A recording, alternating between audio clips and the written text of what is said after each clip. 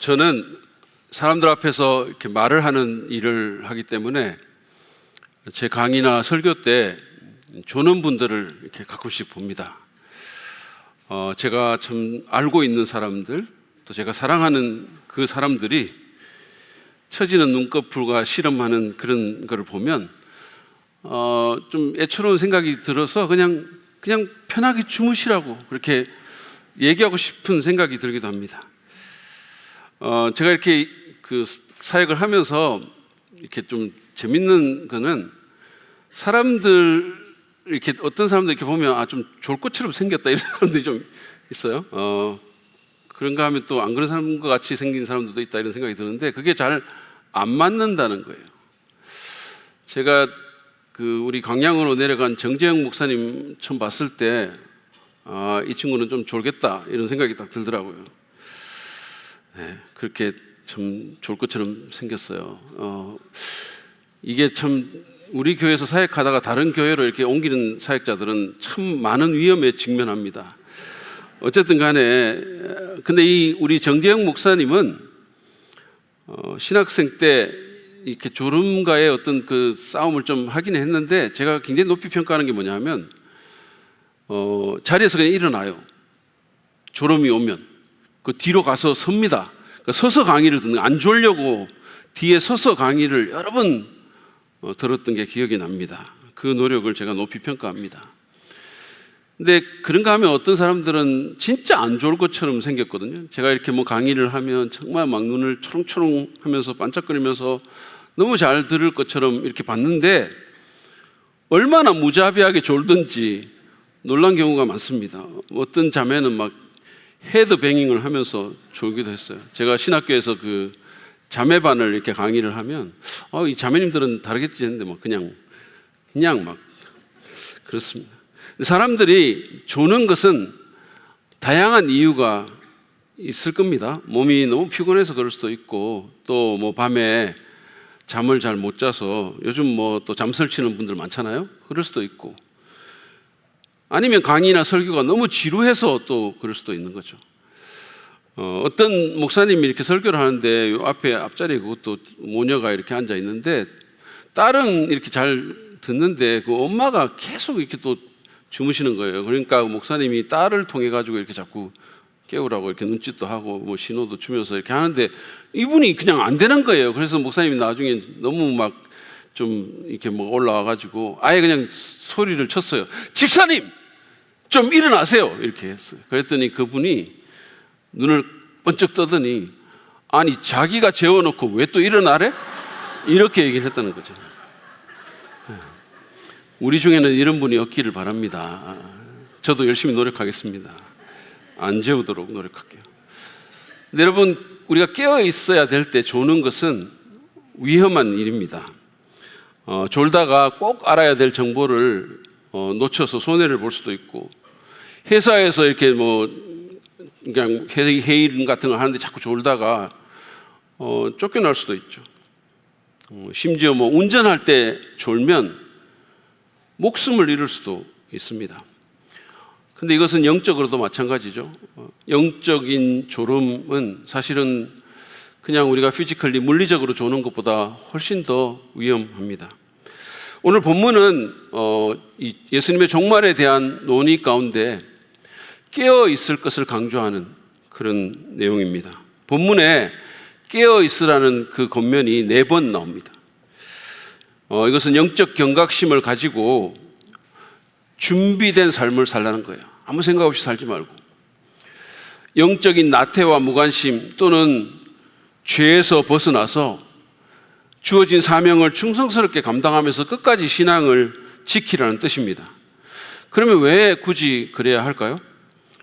종말의 때 우리가 사실은 뭐 피곤한 인생 가운데 할 일도 너무 많은데 영적으로 굳이 깨어 있어야 하는 이유가 무엇입니까? 저는 오늘 본문인 마가복음 13장 28절부터 37절 말씀을 보면서 그 이유를 함께 좀 찾아보기를 원합니다. 먼저 본문 내용부터 한번 살펴보시죠.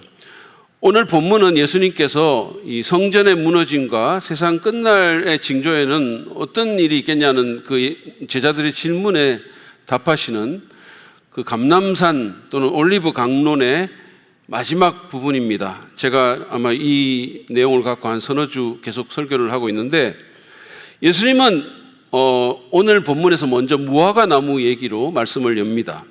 28절을 보시죠. 무화과 나무에서 비유를 배워라. 그 가지가 연해지고 잎이 돋으면 너희는 여름이 가까운 줄 안다.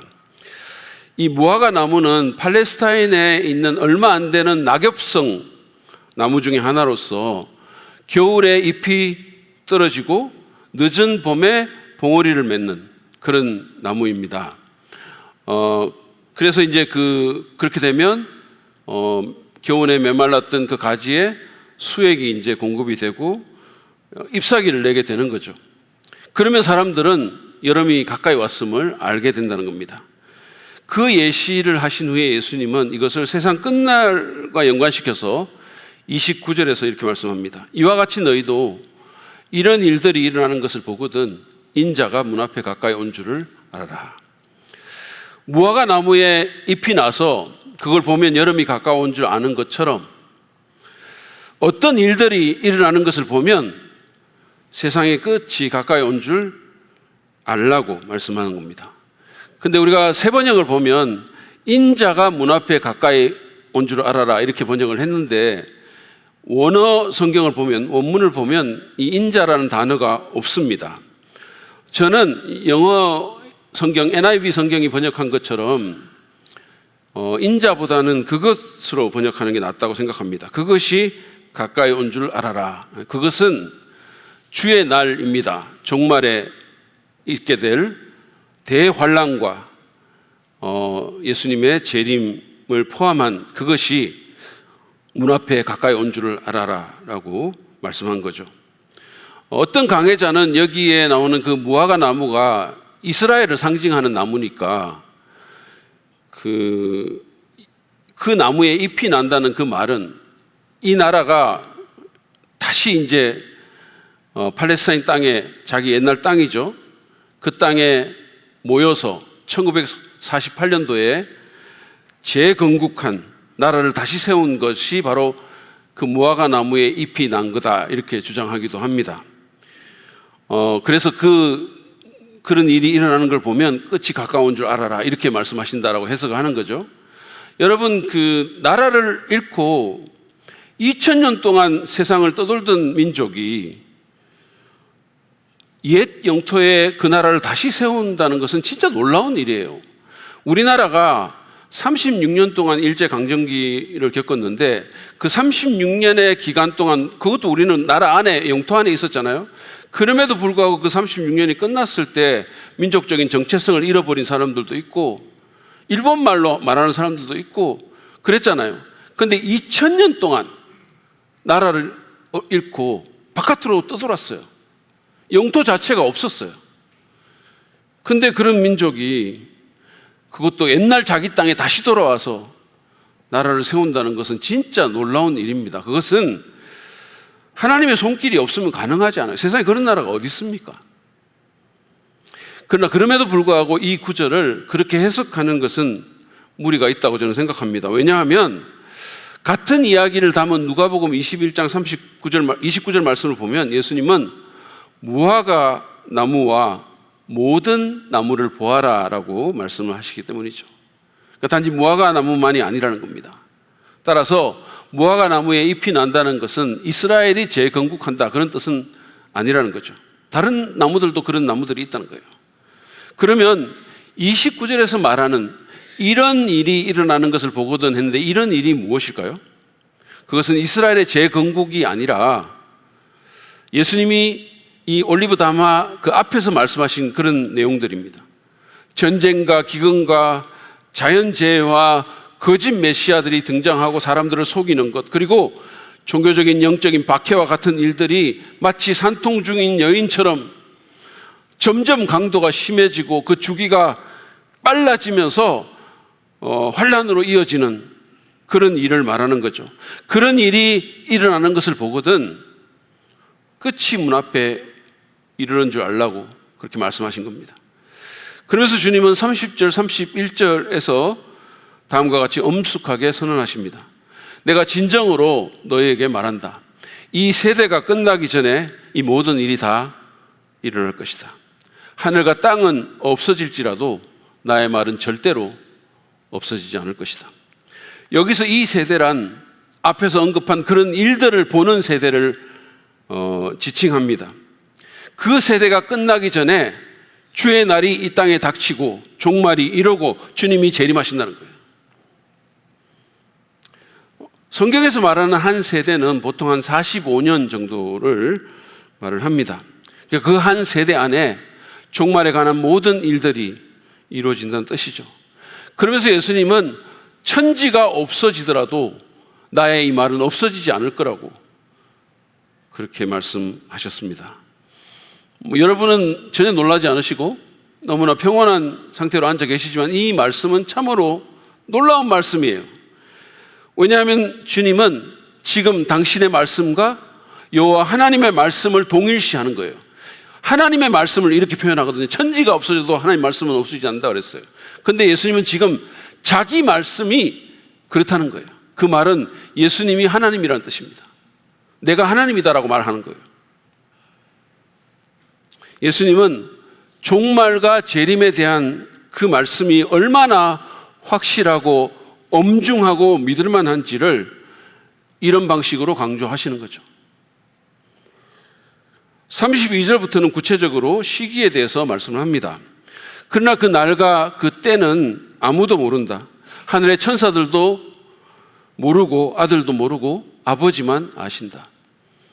여기서 그 날은 존 그레스믹 박사의 지적처럼 주님의 날을 의미합니다.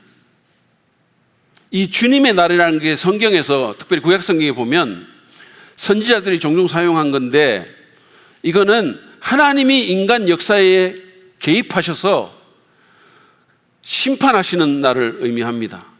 그래서 구약에 보면 여러 주의 날들이 나와요. 이를테면 바벨론이 쳐들어와 가지고 예루살렘을 완전히 무너뜨리고 성전을 불태운 것 같은 그런 날들이 주의 날이에요. 그러니까 이런 여러 주의 날들이 있었는데 성경에서 진짜 주의 날이 있다고 얘기를 해요.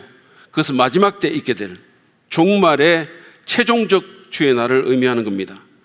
그러니까 그 날과 그 때라는 얘기를 할 때 그 날은 바로 그 최종적인 주의 날을 의미하는 것인데 그것은 예수님의 재림뿐만 아니라 그 앞서 일어날 대환란까지도 포함합니다. 아무튼 예수님의 그 재림의 정확한 때는 아무도 모른다는 겁니다. 하나님 외에는. 하늘의 천사도 아들도 모른다는 거죠. 근데 여러분 이 말씀은 아들도 모른다라는 이 말씀은 예수님이 하나님보다 더 낫고 열등한 존재라는 뜻이 아닙니다. 그것은 예수님의 자기 비움과 연관되어 있죠. 빌립보서 2장을 보면 바울이 이렇게 말합니다. 예수님이 하나님과 동등하신 분이시지만 자기를 비워서 그래서 종의 모습을 취하셨다 이렇게 얘기를 해요. 그러니까 예수님께서 이 땅에 성육신 하실 때 천국의 특권을 포기하시고 종의 모습으로 오셨다는 거예요. 그것은 이분이 이 땅에서 사역하시는 동안에 자발적으로 이와 같은 지식을 알 권리를 포기하셨다는 거죠. 예수님의 이 말씀은 그러므로 누구도 주님의 날과 그분의 재림 시기를 정확히 알 수 없음을, 예측할 수 없음을 강조하고 있습니다. 여러분 예수님도 모르는데 누가 알겠어요? 누가 그것을 예측할 수 있겠습니까? 그러면 우리가 어떻게 해야 될까요? 33절입니다. 조심하고 깨어있으라. 그때가 언제인지를 너희가 모르기 때문이다. 그러니까 우리가 시대의 징조를 통찰하면 여름이 곧 오겠구나 이 정도는 알 수 있지만 정확한 때는 우리가 모른다는 거예요.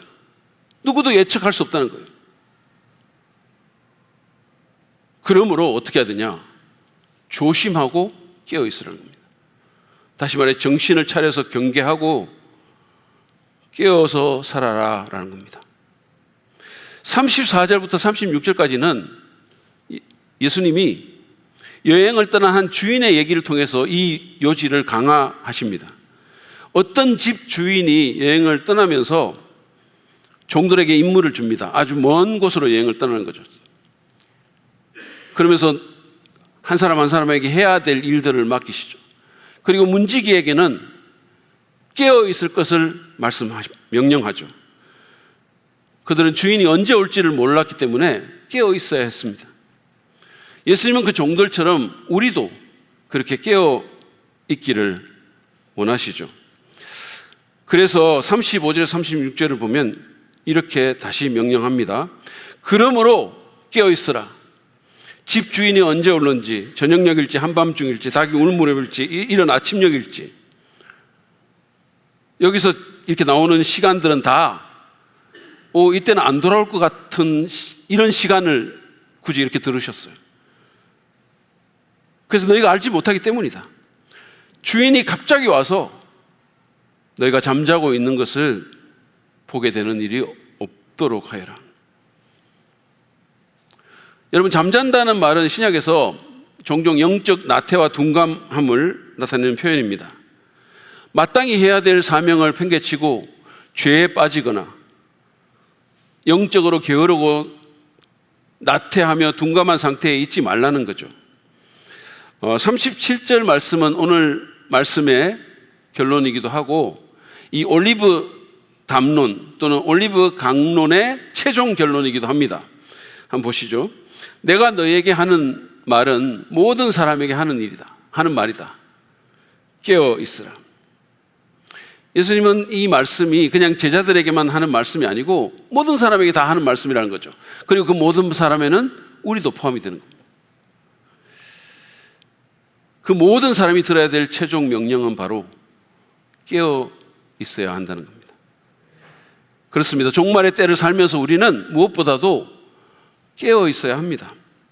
이것이 오늘 본문의 내용이에요. 근데 이 내용을 통해서 우리가 깨어 있어야 될 구체적인 이유가 무엇인지 좀 살펴보기를 원합니다. 첫 번째로는 우리가 깨어 있어야 하는 것은 시대에 대한 분별력을 그래야 가질 수 있기 때문입니다. 예수님은 무화과 나무 얘기를 하시면서 가지가 연하해지고 잎이 돋으면 여름이 가까이 온 줄 알듯이 앞에서 언급한 그 종말의 징조들이 일어나는 것을 보면 주님과 그분의 날이 문 앞에 이르는 줄 알라라고 말씀하셨어요. 그 말씀은 시대를 분별하라는 겁니다. 그런데 이것은 영적으로 깨어있지 않으면 가능하지가 않죠. 여러분은 지금 우리가 사는 시대가 어떤 시대라고 생각하십니까? 어떤 때입니까? 너무 좋다고 생각하세요? 너무 편리해졌고 너무 좋은 때라고 그렇게 생각하십니까? 여행 가기 좋고 연애하기 좋고 그 어느 때보다 편리하고 먹을 것, 즐길 것이 넘쳐나는 그런 때로 보십니까? 그냥 이 시대가 그런 시대라고만 생각하세요? 제가 전에 말씀도 한번 드렸는데 여러분, 세상은 편리해지고 좋아지는 것 같지만 그 어느 때보다 위험해지고 있습니다. 그거 아세요? 인간은 자신이 감당할 수 없는 것들을 만들고 있어요. 얼마 전에 보도를 보니까 인공지능 AI가 임의로 컴퓨터 코드를 조작해서 인간의 종료 지시를 거부한 사례가 처음으로 보고됐다는 그런 보도가 나왔어요. 인간이 멈추라고 했는데 AI가 프로그램 코드의 일부를 조작해서 계속했다는 겁니다. 앞으로 인간이 통제할 수 없는 어떤 괴물이 나올지 몰라요. 우리가 만들긴 만들었는데 우리가 감당할 수 없는. 여러분은 이런 시대의 정황을 보십니까? 인간의 성품과 도덕성이 기술력을 따라잡지 못하고 있는 거예요. 그 스피드를. 그래서 온갖 문제들이 일어나고 있는 겁니다. 예전에 없었던 여러 가지 문제들이 일어나고 있고 사람들이 정신병에 걸리고 흉악한 범죄들이 일어나고 있고 더 많은 사람들이 갑자기 동시에 죽을 수 있는 그런 가능성이 그 어느 때보다 높아졌다는 거예요.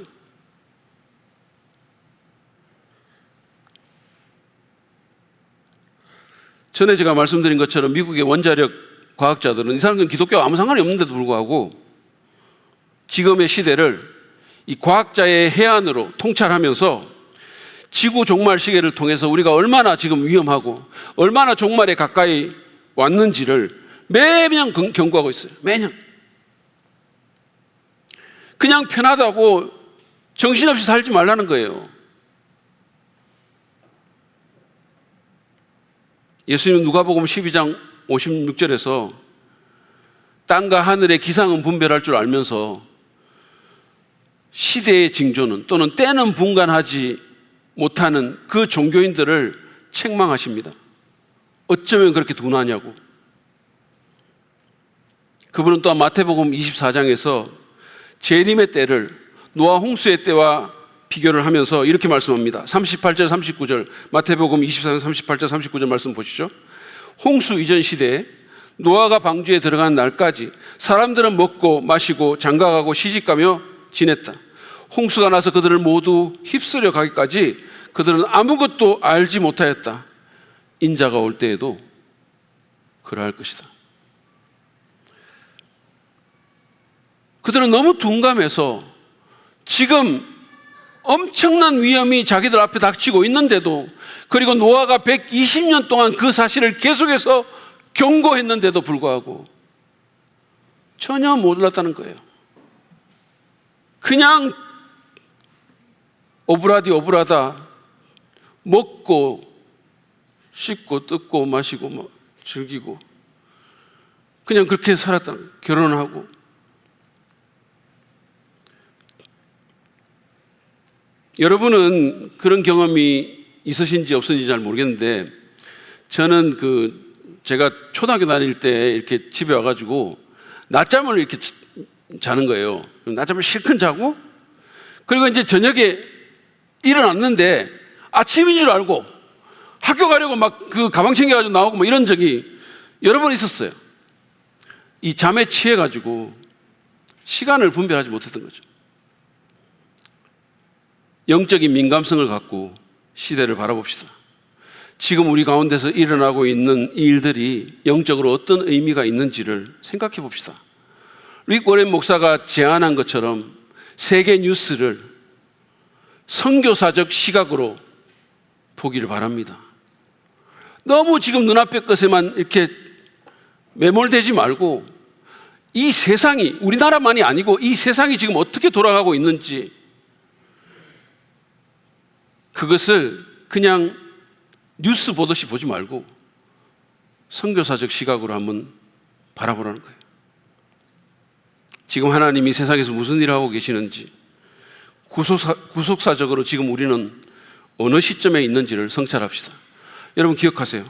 우리가 깨어 있어야 하는 것은 시대에 대한 분별력을 가져야 하기 때문입니다.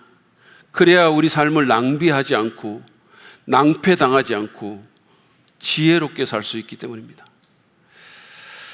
두 번째로 우리가 깨어 있어야 하는 것은 예수님이 언제 오실지 우리가 모르기 때문이에요.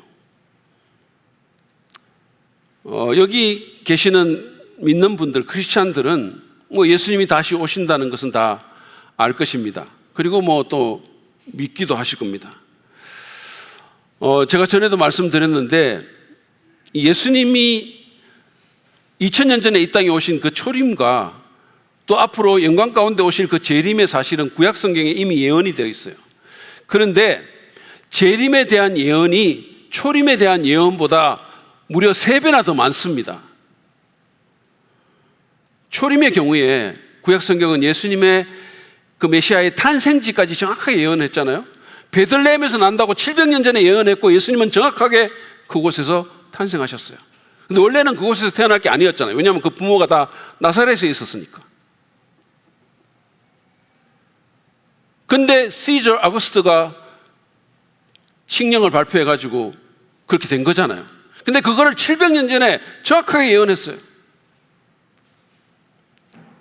그러니까 예수님의 탄생부터 시작해서 죽음과 부활까지 이 초림에 대한 모든 것들이 예언되었고 성취되었다면 재림은 얼마나 더 확실하겠습니까? 그 예언이 3번에 더 많은데. 그렇습니다. 재림은 확실합니다. 주님은 반드시 오십니다. 예수님 자신도 본문에서 천지는 없어질지라도 내 말은 없어지지 않는다고 말씀하지 않습니까? 근데 문제는 그분이 언제 오실지를 우리가 모른다는 거예요. 예수님은 그 날과 그때는 천사와 심지어 아들도 모른다고 하셨어요. 제 친구 목사님이 이 재림 날짜를 자꾸 점치는 어떤 이단을 우연히 이렇게 접하게 돼가지고, 근데 그 사람들은 이제 돌이켜 보려고 막 논쟁을 하고 어쩌고 하다가 이제 이게 말이 안 통하고 답답하니까 이제 이 본문을 딱 들이밀어 보여준 거예요. 여기 보라고. 그랬더니 그분들이 제 친구 목사님에게, 목사님, 성경을 잘 보세요. 여기 그 날과 때는 모른다고 했지만 영과 월을 모른다고 말하지는 않았잖아요. 이런다는 거예요. 영과 월은 거기 말 없다는 거예요. 그래서 몇 년도 몇 월 달에 온다고 계속 주장하더라는 거예요. 여러분, 이단은 말귀를 못 알아들어서 이단이에요. 이게 국어를 몰라가지고 이단이 되는 겁니다. 이게 신천지 빠지는 사람들, 제가 볼 때는 국어를 제대로 해석을 못 해가지고 빠지는 거예요. 참 답답하죠?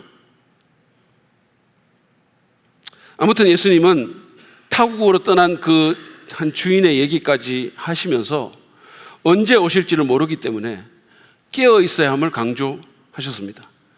성경은 이 재림을 포함한 주의 날이 갑자기 닥칠 것에 대한 예고를 여러 군데서 하고 있어요. 사도 바울은 데살로니가전서 5장 2절에서 주님의 날이 밤에 도둑처럼 온다는 것을 여러분은 자세히 알고 있습니다 그랬어요. 그러니까 데살로니가 성도들은 주님의 날이 도둑처럼 밤에 닥칠 거라는 것 알고 있다, 이렇게 했어요. 사도 바울이 계속 가르쳤다는 거예요. 여러분, 도둑은 예고하지 않고 불시에 닥치죠. 사람들이 도둑이 올 줄 알면 왜 도둑을 맞습니까? 그러니까 주님의 날도 그렇게 불시에 닥칠 거라는 거죠. 예수님도 이 올리브 강론을 보다 자세히 기록한 마태복음 24장에서 여러 번 재림의 불시성을 말씀하셨어요. 예를 들어서 44절을 보면 너희가 생각하지도 않은 시각에 인자가 올 것이라고 말씀하셨고, 50절에서도 생각하지도 않은 날의 뜻밖의 시각에 그 종의 주인이 와서라고 하셨어요. 그러니까 전혀 생각하지도 않은 때에 예수님이 오신다는 겁니다. 영광의 주님으로, 심판의 주님으로, 우리가 알고 있는 이 세상을 완전히 끝장내고 새로운 세상을 여시는 분으로. 오늘 본문 35절 36절에서도 집주인이 언제 올지, 한밤중일지 새벽일지 모른다면서 주인이 갑자기 온다라고 경고합니다. 근데 이 경고의 말씀을 제가 이렇게 보면서 제가 군생활 했을 때 그 들었던 얘기가 생각이 났어요. 저는 경기도 포천에서 군대 생활을 했는데 제가 군대 생활을 했던 그 부대에 전에 전두환 전 대통령이 보안사령관이던 시절에 야간 불시 순찰이 왔다는 거예요. 근데 이제 이분이 그 당시에 그렇게 전방부대 불시 순찰을 많이 했다고 합니다. 근데 어쨌든 그 부대에 이렇게 왔으니까 부대가 난리가 났겠죠. 그래서 밤에 그냥 갑자기 확 닥쳐가지고 시찰을 하고, 그리고는 그 부대에서 이렇게 파견 나간 경계 초소에 전화를 돌린 거예요. 근데 이제 그 경계 초소에는 외딴 곳이고 군인들 몇 명 이렇게 모여 있기 때문에 누가 오리라고 그 시간에 전화를 하거나 누가 오리라고 전혀 예상을 못한 거죠. 그래서 이미 그곳에서 술판이 벌어지고 있었던 거예요. 그리고는 이제 전화벨이 울리니까 고참 병사가 그걸 받았어요. 받으니까 그냥 그 수화기를 통해 가지고 막 떠들고 노는 소리하고 막 그 병사의 약간 혀가 꼬부러진 그런 목소리가 이제 이 사령관의 귀에 들린 겁니다. 그래서 이분이 막 엄한 목소리로 나 보안사령관인데 이렇게 얘기를 하니까 그 병사가 그 말을 듣고는 욕을 하면서 그래? 네가 보안사령관이면 나는 참모 총장이다. XX에 이렇게 얘기를 했다는 거예요. 그러니까 전혀 예상을 못한 거예요. 누가 농담하는 줄, 장난하는 줄 알았던 거죠. 그들이 어떻게 됐을지 참 궁금해요. 여러분, 주님은 우리를 그렇게 만나기를 원치 않으십니다. 그래서 36절에서 주인이 갑자기 와서 너희가 잠자고 있는 것을 보게 되는 일이 없도록 해라 그랬어요. 여러분 어떠십니까? 영적으로 깨어 있으세요? 죄와 유혹을 경계하면서 성결한 삶을 추구하십니까? 기도와 말씀으로 영적인 민감성을 유지하고 주님과 개인적인 교제의 시간을 보내고 있으십니까? 복음을 전하면서 주어진 직분과 사명에 헌신하십니까? 사실 이제 예수님은 언제든지 오실 수 있어요. 언제든지. 여러분 생각해 보세요. 제가 아까도 말씀드렸는데 2000년 동안 나라 없이 헤매던 이스라엘이 자기 옛 땅에 들어가서 정부를 수립했어요. 이게 우연이라고 생각하십니까? 이게 지금 어떤 시나리오대로 진행되고 있다는 생각을 못 하십니까?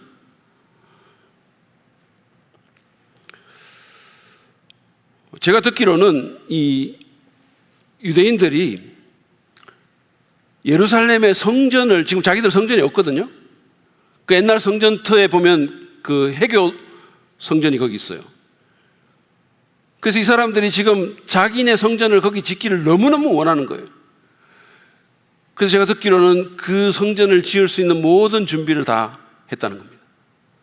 돈과 모든 것이 다 있다는 거예요. 여러분 생각해 보십시오. 세계 최강대국인 미국에 사는 유대인 수는 불과 미국 인구의 2.4%에 불과해요. 정말 소수죠. 근데 그 소수의 미국인들이 미국의 정치, 경제, 문화계를 다 주무르고 있어요. 게다가 지금 미국의 대통령은 무조건 이스라엘을 지지하면서 전혀 눈치 보지 않고 뭐든지 실행해버리는 트럼프라는 사람입니다. 여러분, 이 사람은 미국의 어떤 대통령도 하지 못했던 그 미국 대사관을, 이스라엘 대사관을 텔아비브에서 예루살렘으로 옮긴 사람이에요. 누구도 하지 못했던 일이에요. 이 모든 상황이 그냥 우연히 지금 일어난다고 생각하십니까? 여러분은 이 모든 뉴스를 들으면서 그냥 정치적으로만 해석하시나요?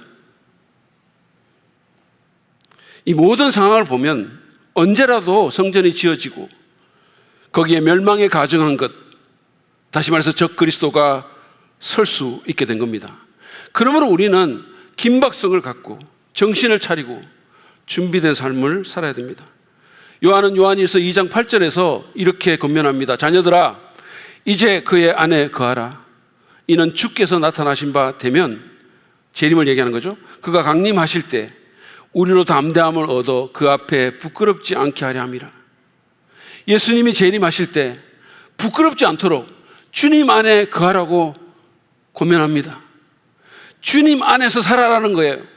그분의 권위 아래서, 그분의 말씀 안에서, 그분의 뜻 안에서, 그분의 영향력 안에서 살아가라는 겁니다. 거기서 거주하라는 거예요. 다른 데 가지 말고. 왜 부끄러울까요?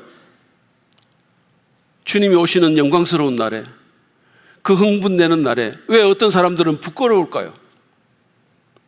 그것은 그때가 돼서 자기를 돌아보는 거예요.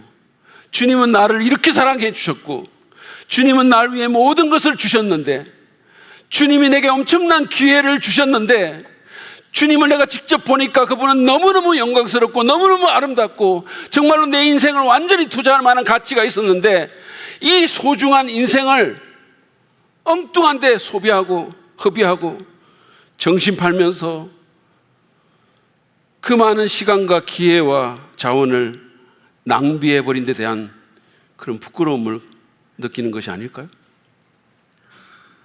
주님은 우리를 그렇게 만나기를 원치 않으십니다. 그러므로 여러분, 경각심을 가집시다. 정신을 차리고 주님 안에 거합시다. 그래서 주님 다시 오실 때 정말로 기쁨과 감격과 흥분 가운데서 정말 인류 역사의 가장 위대한 그 순간에 정말로 너무너무 기뻐하면서 주님을 만나는 우리 모두가 되기를 축복합니다. 마지막으로 우리가 정신을 차려야 하는 것은 조심하지 않으면 우리는 자연스럽게 영적 둔감에 빠져들 것이기 때문입니다. 우리가 신경 쓰고 조심하지 않으면 우리는 자연스럽게 영적 나태와 둔감에 빠집니다. 33절을 보면은요, 예수님은 조심하고 깨어있으라고 말씀하시죠. 예수님은 조심하는 훈련과 깨어있음을 연관을 시켜서 말씀합니다. 조심하라는 말은 경계를 늦추지 말라는 뜻이죠. 정신을 차리라는 뜻이죠. 자세히 그리고 빈틈없이 살피라는 뜻입니다. 다시 말해 늘 경계하고 조심하지 않으면 깨어있기가 어렵다는 말씀이죠. 그러면 여러분 구체적으로 우리는 뭐를 조심해야 될까요? 같은 이 얘기를 담은 누가복음 21장 34절 말씀은 이에 대한 새로운 통찰을 줍니다. 더 자세하게 말씀하고 있어요. 34절 상반절을 보면 너희는 스스로 조심해서 라고 말을 해요. 근데 이걸 더 문자적으로 번역을 하면 너희는 스스로를 조심해서 라고 번역할 수 있어요. 실제로 ESV 영어 성경을 보면 너희 자신을 조심하라 라고 번역했어요. 너희 자신을 조심해라. 조심할 게 많은데 특별히 너희 자신을 조심해라. 그렇습니다. 우리는 우리 자신을 조심해야 돼요. 그렇지 않으면 우리는 깨어 있을 수가 없습니다. 누가복음 21장 34절부터 35절 말씀 보시죠. 너희는 스스로 조심해서 방탕과 술 취함과 세상살이의 걱정으로 너희의 마음이 짓눌리지 않게 하고 또한 그날이 덕과 같이 너희에게 닥치지 않게 하여라. 그날은 온 땅에 사는 모든 사람에게 닥칠 것이다. 스스로를 조심해야 합니다. 그렇지 않으면 우리는 방탕과 술 취함과 세상살이의 걱정으로 마음이 짓눌리게 될 거라는 겁니다. 여러분 기억하세요. 우리의 영적인 건강의 가장 큰 위협은 우리 자신입니다. 우리가 제일 위험한 거예요. 여러분은 어떠십니까? 깨어있기 위해서 어떤 노력을 하십니까? 스스로를 조심하기 위해서 여러분은 어떤 영적 훈련을 하시나요? 그냥 가만 놔두면 아무것도 하지 않으면 우리의 성향은 자연스레 부주의함과 둔감함으로 영적 나태함으로 흘러갈 겁니다. 그래서 사도 바울 같은 사람도 고린도전서 9장 27절에서 나는 내 몸을 쳐서 굴복시킵니다 라고 말한 거예요. 여러분 사도 바울은 영적인 내공이 대단한 사람이었었어요. 그분은 보통 사람이 경험할 수 없는 영적인 현상들을 경험합니다. 부활하신 주님을 눈으로 보기도 했죠. 사람이 들을 수 없는 말을 듣기도 했다고 그랬어요. 엄청난 환상을 보기도 했어요.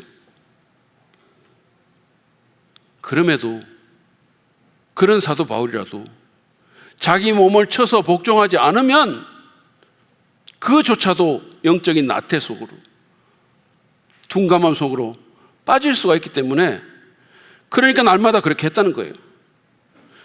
그러므로 우리는 얼마나 더 그래야겠습니까?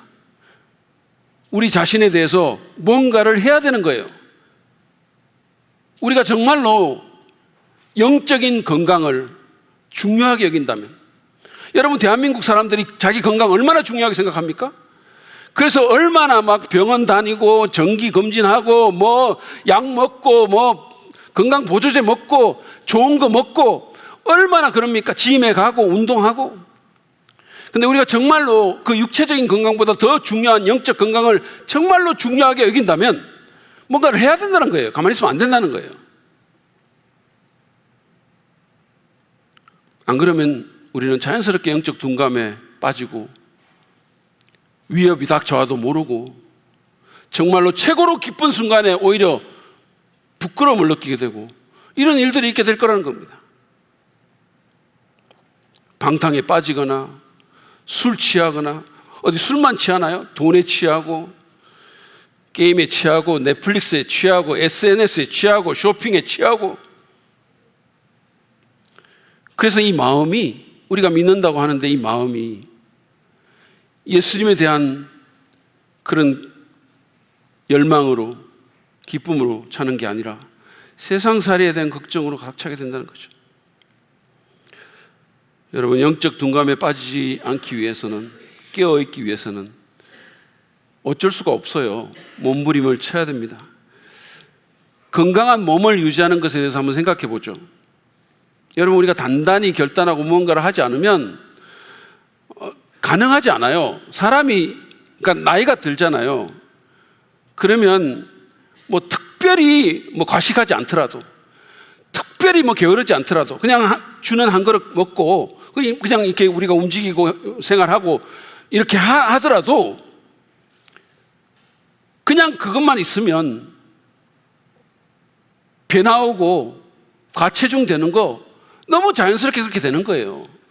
여러분, 나이가 들면서 사람이 자기 쉐이프를 이렇게 유지하는 사람들은 그냥 가만히 있는데 그렇게 되는 게 아닙니다.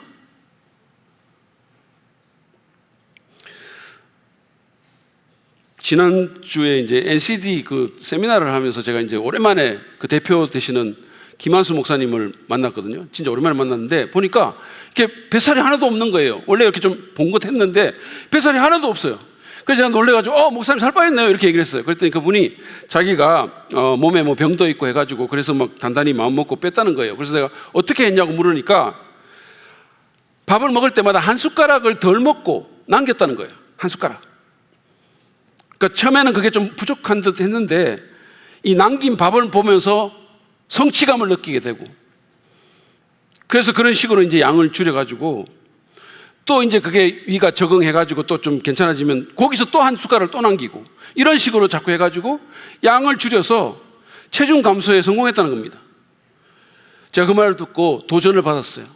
그래서 제가 오늘 저녁부터 당장 나도 해야 되겠다. 한 숟갈씩 남겨야 되겠다. 이렇게 생각한 거죠. 그리고 제가 자신이 있었어요. 왜냐하면 뭐 한 숟가락 그까짓 것, 그죠? 그거 뭐 못 남길 게 뭐가 있어요. 그리고 제가 예전에 10년 전에는 반 공기 먹고 6개월 만에 12kg도 뺀 사람인데, 정말로 내 인생 최대의 업적을 달성한 사람인데, 아니 한 숟갈 그거 뭐 왜 못할까 그런 생각이 들어서 오늘 저녁부터 당장 한다 이렇게 생각했거든요. 그랬는데 그날 저녁에 세미나가 너무 늦게 끝나가지고 배가 너무 고픈 거예요. 배가 너무 고파가지고 그래서 우리 그 참석한 분들하고 같이 중국집에 갔는데 그냥 이게 한 숟가락을 못 남기겠는 거예요, 이거를. 그래서 한 숟갈 남기는 게 아니라 앞에 있는 탕수육 한 줄까지 더 집어 먹었어요. 여러분, 이거 그냥 쉬운 일 없습니다. 쉬운 일 없어요. 정말로 이게 우리가 몸에 살 빼는 거, 지금 제가 종종 말하는 것처럼 지금 내 뱃속에 있는 기름 이거 여호와에 속한 건데 여호와께 속한 거를 여호와께 올려드리려면 진짜 우리가 무슨 노력을 엄청나게 해야 되는 것처럼 그냥 되는 일은 없습니다. 우리의 영혼과 영적 삶에 대한 것도 마찬가지예요. 우리는 마음을 단단히 먹고 자신을 모니터해야 됩니다. 자기 영혼을 모니터해야 돼요. 방심하지 말아야 됩니다. 자기를 통제하고 조심해야 돼요.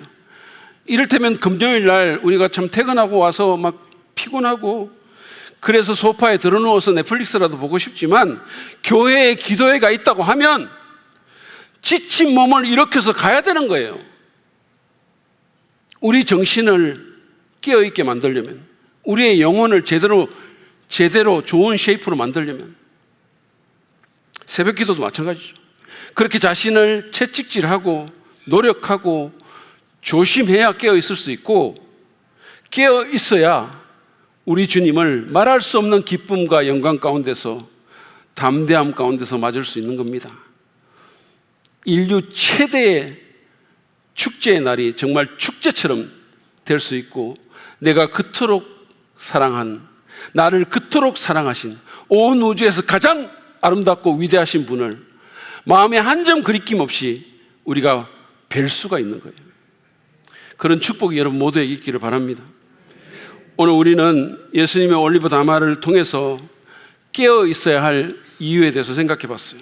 우리가 깨어 있어야 하는 것은 그래야 시대에 대한 분별력을 가질 수 있고 불시에 오시는 주님을 언제라도 만날 준비를 해야 하기 때문이며, 조심하지 않으면 자연스레 영적 둔감에 빠져들기 때문입니다. 이제 자신 한번 살펴보시죠. 여러분 어떠십니까? 여러분은 깨어 있으십니까?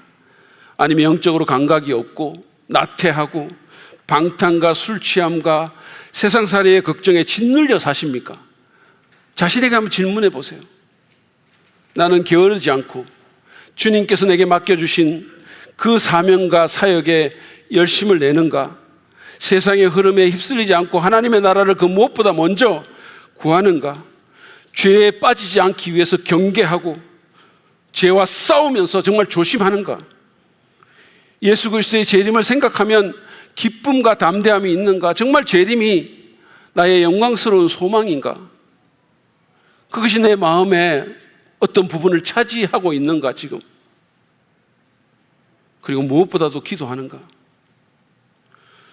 예수님은 누가복음 21장 36절에서요 이렇게 말합니다. 너희는 앞으로 일어날 이 모든 일을 능히 피하고 또 인자 앞에 설 수 있도록 기도하면서 늘 깨어 있어야 한다 그랬어요.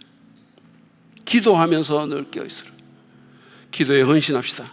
기도는 영적 졸음을 쫓는 에너지 드링크와 같아요. 우리를 각성시키고 우리에게 에너지를 줍니다.